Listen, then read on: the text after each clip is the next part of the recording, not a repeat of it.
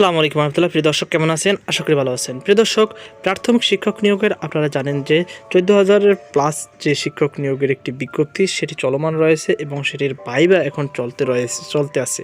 এখন অনেকের মনে কোশ্চেন হচ্ছে যে এই পরীক্ষাটি কবে শুরু হবে, অর্থাৎ এই পরীক্ষা কবে শেষ হবে এবং এর চূড়ান্ত ফলাফলটি কবে প্রকাশ হবে।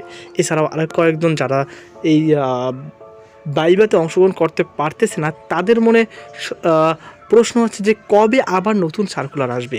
এই নিয়ে আজকে টোটাল ভিডিওটি। প্রিয় দর্শক, আমরা যতটুকু জানতে পেরেছি, যতটুকু বুঝতে পেরেছি যে এই পরীক্ষার ফলাফলটি খুব দ্রুত সময়ের মধ্যেই প্রকাশ হবে।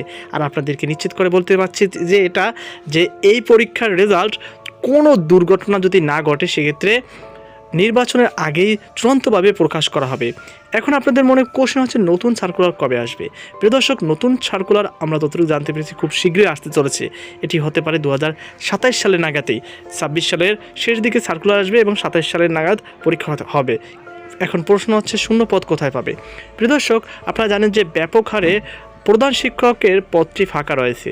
একটি আইন রয়েছে, সেই আইনের রিট হয়েছে। সেই রিটটি যদি সম্পন্ন হয়, খুব শীঘ্রই যারা সহকারী শিক্ষক রয়েছে তাদের প্রমোট করে প্রধান শিক্ষকে উপনীত করা হবে।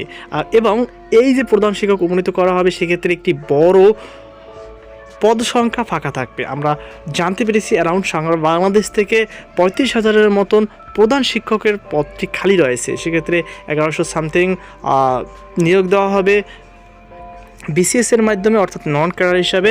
আর বাকিগুলো প্রমোশন দেওয়া হবে, অর্থাৎ প্রাথমিক বিদ্যালয়ের শিক্ষক যারা সহকারী শিক্ষক রয়েছে তাদেরকে উন্নীত করা হবে। সেক্ষেত্রে আগামী বছরের নাগাদ আপনাদের একটি সার্কুলার আসবে আশা করা যায়। তো এই ছিল আমার সর্বশেষ আপডেট। সকল আজকে পর্যন্ত আল্লাহ হাফেজ।